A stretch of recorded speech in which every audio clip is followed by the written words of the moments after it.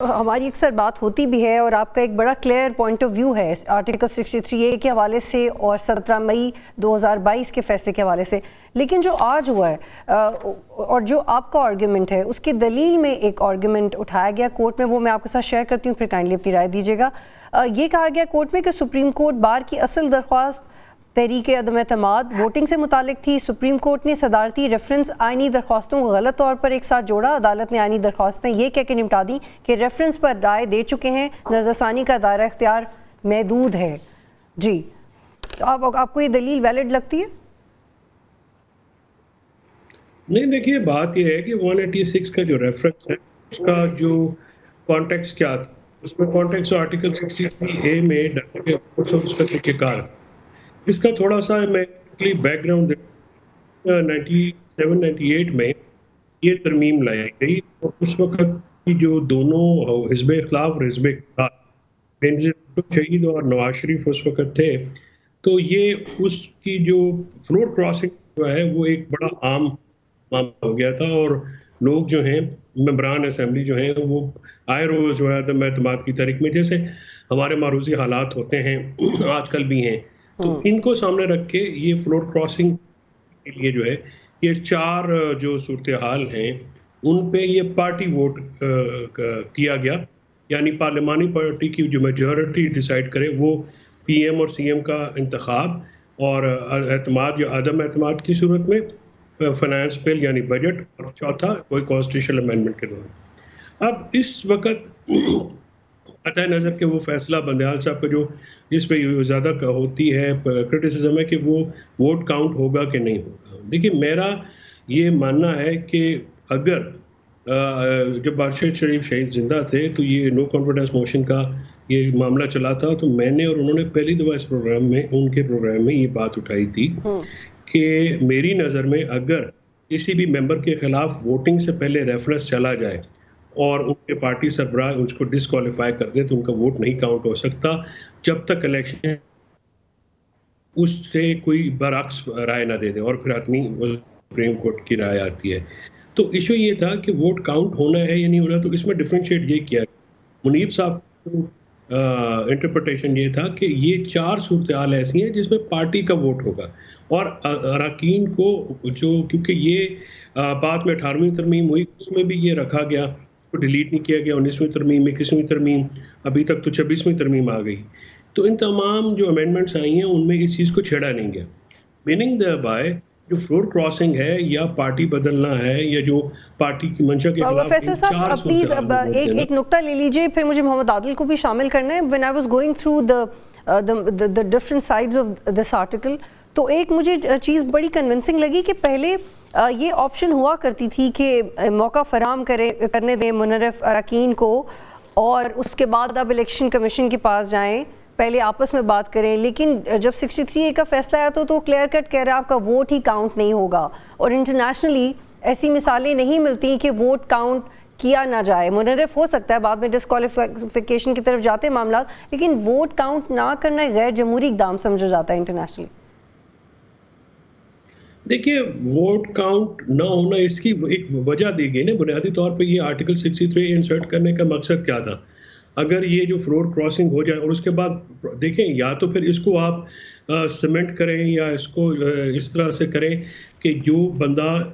Vote دیتا ہے اس کا ووٹ کاؤنٹ ہو جائے تو پھر دوبارہ ری الیکٹ نہیں ہو سکتا، اور دوسری بات یہ ہے کہ پارٹی لیڈر سے لے کے یہ پارلیمانی پارٹی کو ہی اختیار دینا چاہیے۔ یہ چیزیں تو امپروومنٹ کی وہاں پہ کی جا سکتی ہیں۔ اگر آپ نے ووٹ کاؤنٹ کرنا ہے تو فلور کراسنگ کی اجازت دے رہے ہیں آپ، سو بنیادی طور پہ جو آرگومنٹ یہ ہے کہ اگر آپ نے فلور کراسنگ روکنے کے لیے ایک شک آئین میں داخل کی اور پھر آپ اس کو جو ہے وہ جو پرپز یا آبجیکٹ جس کے لیے وہ ڈالا گیا، کیونکہ جو پنجاب اسمبلی کے ممبران تھے۔ جی فیصل صاحب، محمد عادل صاحب کو بھی شامل کرتے ہیں۔ عادل صاحب، جو ہمارا پرائم کنسرن تھا 63A کو لے کے پہلے فیصلے کا، یہ فیصلے کا آپ سمجھتے ہیں کہ وہ کنسرن ایڈریس ہو گیا، ہارس ٹریڈنگ کا کنسرن ایڈریس ہو گیا؟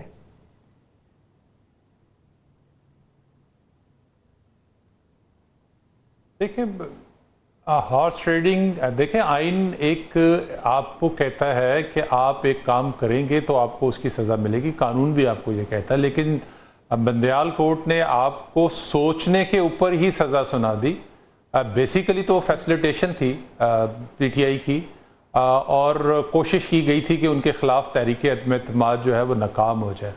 बेनज़ीर भुट्टो के ख़िलाफ़ तहरीक अदम एतमाद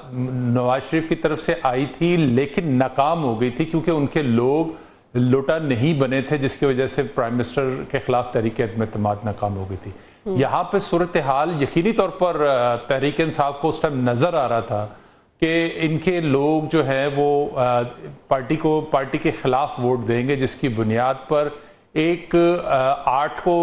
जो है वो तहरीक अदम एतमाद आती है, और उसके बाद फिर अचानक से एक सदारती रेफरेंस आता है, और सदारती रेफरेंस जो है उसमें राय मांगी गई थी। कोर्ट ने उसके ऊपर डिसीजन दे दिया, यानी कि एक नज़रिया ज़रूरत जो था, माजी में जिस तरह नज़रिया ज़रूरत के तहत बहुत सारे फैसले हुए, उस वक्त भी एक नज़रिया ज़रूरत के तहत फैसला सुनाया गया, और उसमें फैसिलिटेशन जो है वो तहरीक इंसाफ के लिए की गई। अब भी इसी तरह की सूरत हाल है। असल चीज़ तो यह है कि कानून आइन तो बहुत पीछे रह गया, फैसला जो है वो मौके और मुनासबत के मुताबिक जो है वो फैसले हो रहे हैं, जो कि नहीं होने चाहिए। अदलिया को आइन और कानून की बालादस्ती की जो बात करते हैं उसके मुताबिक ही फैसले करने चाहिए, ना कि वो किसी जमात के फ़ायदे नफ़े और नुकसान के लिए जज जो है वो अपनी वहाँ पर फैसिलिटेशन करें। तो ये अदलिया के नुकसानदेह नहीं है, सारे इदारों के लिए नुकसानदेह है। अब अगर हॉर्स ट्रेडिंग होती है तो ये जमहूरियत के ऊपर, जैसे जो बंदियाल कोर्ट का फैसला था कि जमहूरियत के लिए कैंसर है, इसमें कोई शक नहीं है कि इस वक्त अगर इस आईनी तरमीम को मंजूर कराने के लिए हॉर्स ट्रेडिंग होती है तो वो जमहूरियत के लिए जो है वो कोई अच्छी चीज़ नहीं है। लेकिन ये आपके आइन का हिस्सा है कि आपने वोट देना है तो आपको सज़ा मिलनी है। उसको कैसे कुछ जज जो है वो पार्लियामेंट के आइन को तब्दील करके तो अपनी राय उसमें शामिल कर सकते हैं। और ये भी फैसल साहब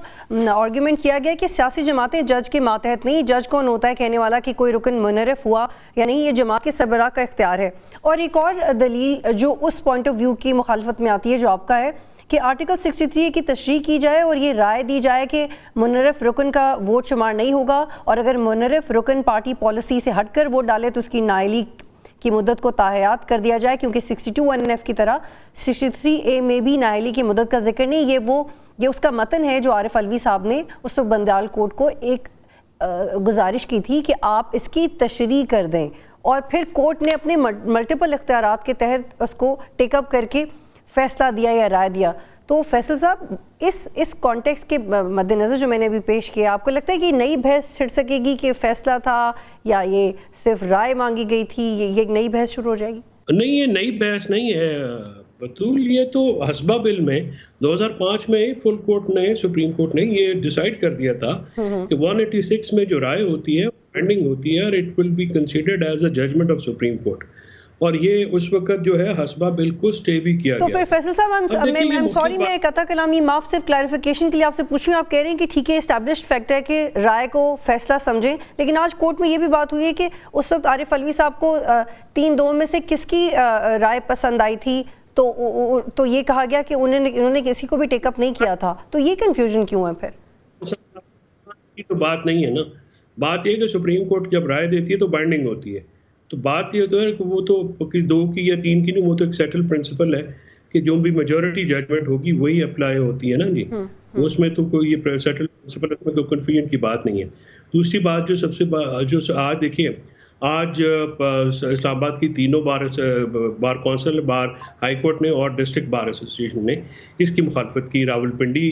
डिस्ट्रिक्ट बार ने इसके खिलाफ करारदाद पास की, बलूचिस्तान बार ने इसके खिलाफ बात की। पर टाइमिंग की इंपॉर्टेंस होती है। देखिए बतू, हम जिस माहौल में रहते हैं सुप्रीम कोर्ट ऑफ पाकिस्तान में, और कॉन्स्टिट्यूशनल जो मैटर्स हैं वो एसेंशली पॉलिटिकल इश्यूज होते हैं, वो कोई हार्डकोर लीगल इश्यूज ज़रूर होते हैं, but that is I will say कि politics embodied in the law होती है। और जहाँ तक ये बात है कि किसको इख्तियार है, ये आइन की मंशा है ना कि उन्होंने लीडर को इख्तियार दिया, क्योंकि उस वक्त बेनज़ीर भुट्टो शहीद और नवाज शरीफ समझते थे कि वो पार्टी के ऊपर गिरफ्त रखनी है। अब ये पार्टियों में जमहूरियत कैसे लाई जाए? पार्टियों में जमहूरियत तो नहीं है, पार्टी तो फैमिली लिमिटेड है, कोई भी पार्टी हो वो इतनी जमहूरी पार्टी नहीं है। उस कोई राय देने से, साद रफीक साहब का 2 दिन पहले का बयान सुन लीजिए। साद रफीक जैसा कौना मश्क जो उसकी सियासत से खिलाफ किया जा सकता है, अफकार से खिलाफ कर सकते हैं, उनकी एक पॉलिटिकल वर्कर होने की हैसियत को तो कोई नहीं चैलेंज कर सकता। उससे जिस तरह से ये बेंच बनाई गई है, इस बेंच के ऊपर बार को तहफ़्फ़ुज़ात है, लॉयर्स को तहफ़्फ़ुज़ात है, क्योंकि जो प्रैक्टिस एंड प्रोसीजर एक्ट है,